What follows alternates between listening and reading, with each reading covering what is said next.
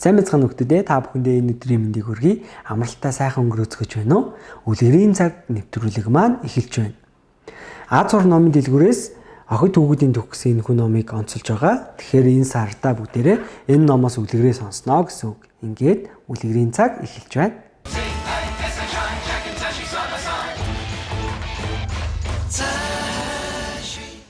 Гүнж Ванду 2.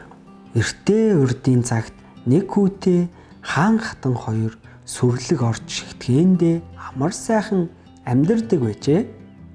Цагийн ихээр тэд хөгшөрч ханхүү нь хаан ширээгээ өвлөн авах цаг хугацаа ирэхгүй болсон байлаа. Гэвч ханхүү хаан ширээнд суухаас өмнө жинхэнэ гүнжийг эхнэр болгон авах ёстой билээ. Ханхүү ухаалаг, хөгжилтэй, сайхан сэтгэлтэй энхрээ ялдан бүсгүй эхнэрээ болгохыг хүсдэг ажээ.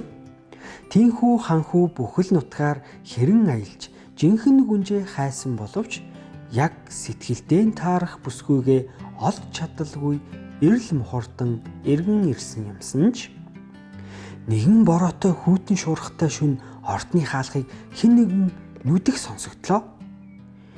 Энэ аимшигтай шөнө хэн ирдэг вүлээ хэмээн хатан хаан гайхширан өгүүлв.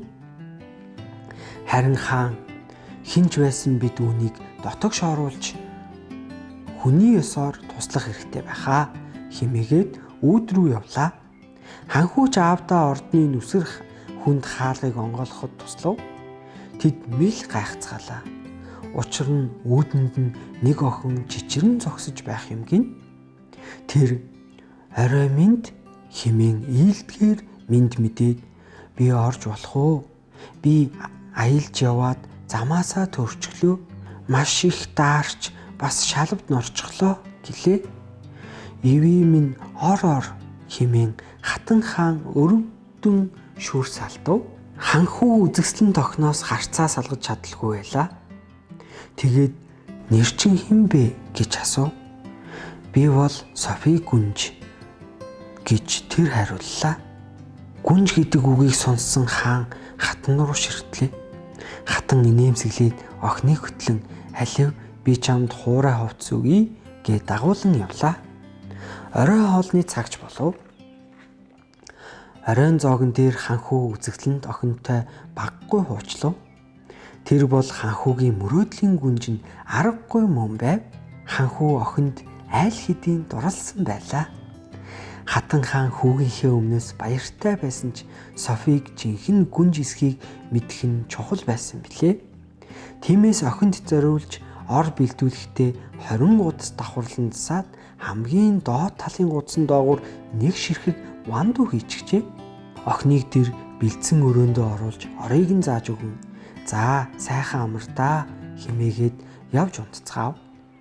Маргааш өглөөн нь хатан охиныг сэрмэгц хэр зэрэг унтсан сайхан амарч чадсан эсхийг нь асуулаа.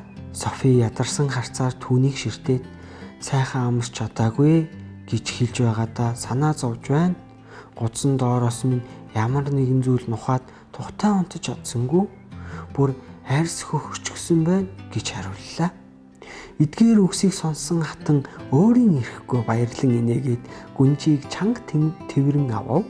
Бид хайж байсан гүнжээ олчихлоо хэмээн хатан баярлан өгөөллээ.